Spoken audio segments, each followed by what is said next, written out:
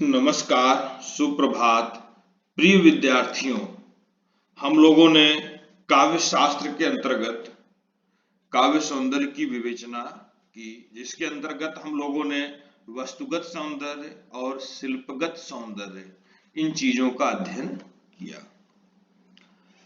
और बेटा, शिल्पगत सौंदर्य के अंतर्गत हम लोगों ने सर्वप्रथम उन चीजों का अध्ययन करने का निर्णय किया जिनके विषय में जानकारी थोड़ी कम है या पिछली कक्षाओं में जिनकी चर्चा नहीं होती है या बहुत कम होती है।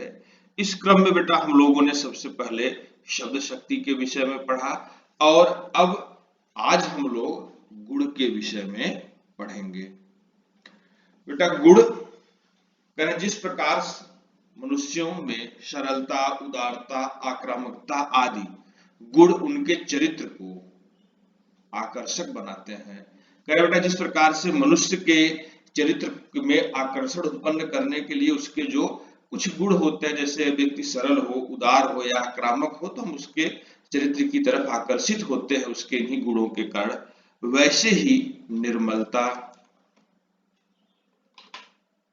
मधुरता और ओजस्विता आदि काव्य गुणों के बेटा आदि गुण काव्य के आकर्षण को बढ़ा देते हैं। करें बेटा, ये सारे गुण मिलके क्या करते हैं? काव्य के आकर्षण को बढ़ा देते हैं।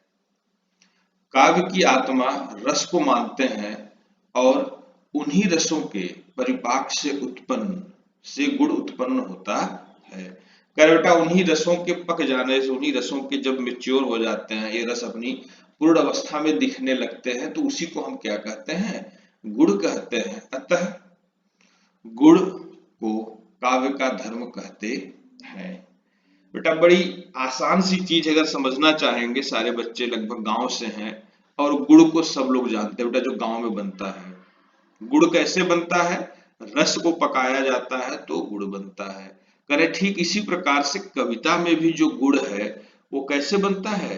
रसों के परिपक्व हो जाने पर, जब रस अपनी पूर्ण अवस्था में होते हैं, तो हम उसे क्या समझते हैं कि उसमें यह गुण अवश्य आ गया होगा। तो सहज रूप से गुण की पहचान भी हम लोग रसों से ही करते हैं। आगे चलते हैं बेटा, देखते हैं। काव्य में 3 गुणों की अवधारणा है बेटा। प्रायः काव्य में 3 गुण माने जाते हैं। कुछ विद्वानों ने, कुछ आचार्यों ने 1-2 बढ़ा घटा दिए हैं, लेकिन आम राय यही है कि ये 3 ही मुख्य हैं। तो पहले माधुर्य का अध्ययन करते हैं, जहां काव्य में वर्णों, शब्दों और अर्थों के माध्यम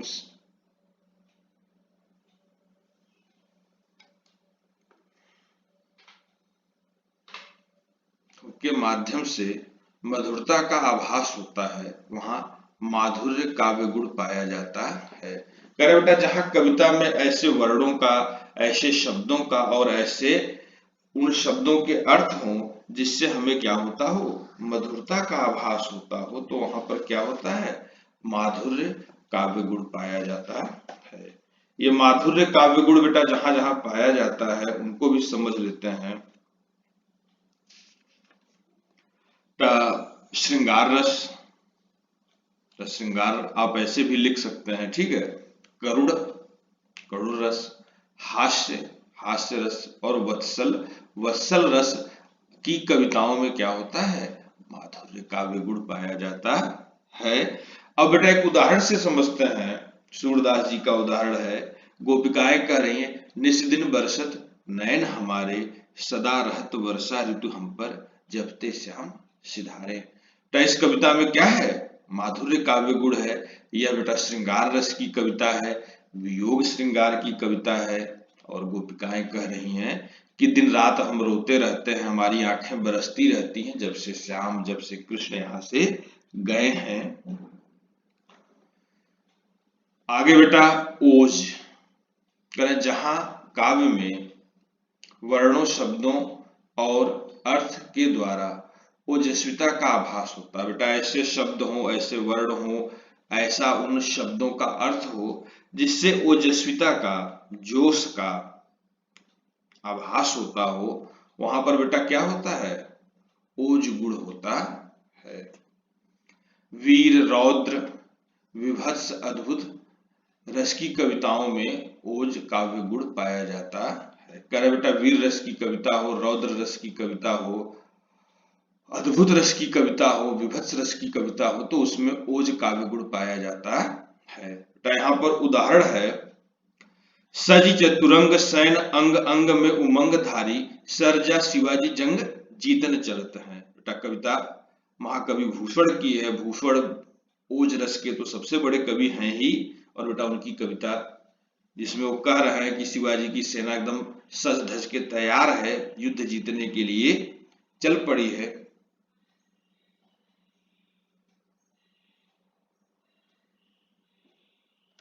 बेटा ये थोड़ा सा गलत लिखा गया है।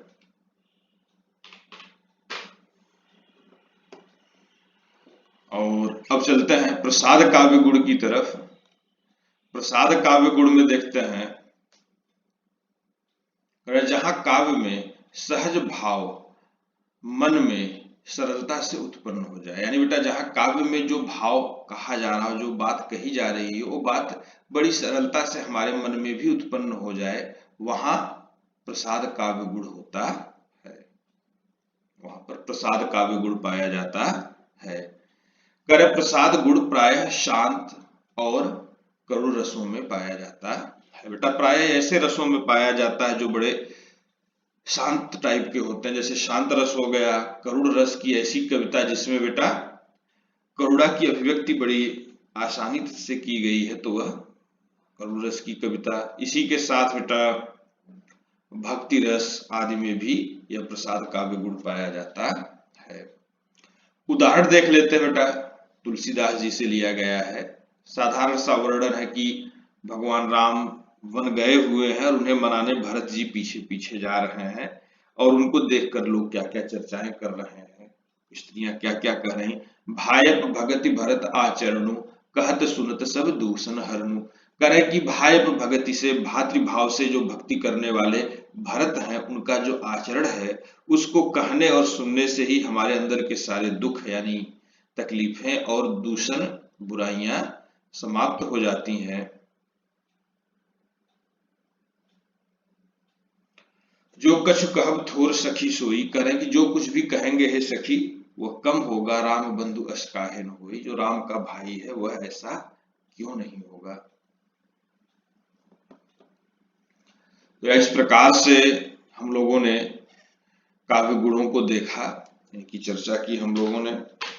अब ये समझना सबसे आवश्यक है कि काव्य गुण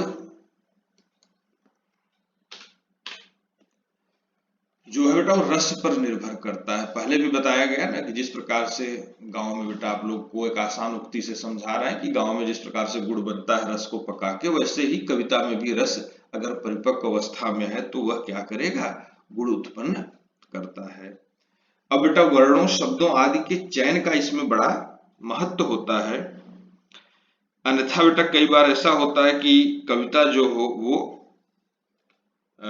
श्रृंगार रस की हो, लेकिन उसमें जो शब्दों का चयन हो, जो वर्णों का चयन हो, कैसा हो, क्लिष्ट शब्दों का चयन हो, ऐसे शब्दों का चयन हो जिससे वो बात नहीं निकल के आ पा रही हो, तो वहां से क्या होता है बेटा, उस कविता को समझने में, उस कविता को ठीक ठीक समझने में और उसके अर्थ तक पहुंचने में कठिनाई होती है।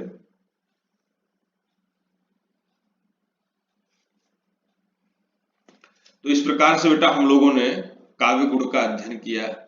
अब आगे चल के हम लोग अगली कक्षा में भाषा के विषय में पढ़ेंगे। विशेष करके हम लोग अवधी और ब्रज भाषा के अंतर को समझेंगे, क्योंकि बेटा प्रायः इन भाषाओं में क्या अंतर है, इनकी प्रवृत्तिगत अंतर को समझेंगे। साथ ही हम लोग रस की चर्चा करेंगे। धन्यवाद। जय हिंद, जय भारत।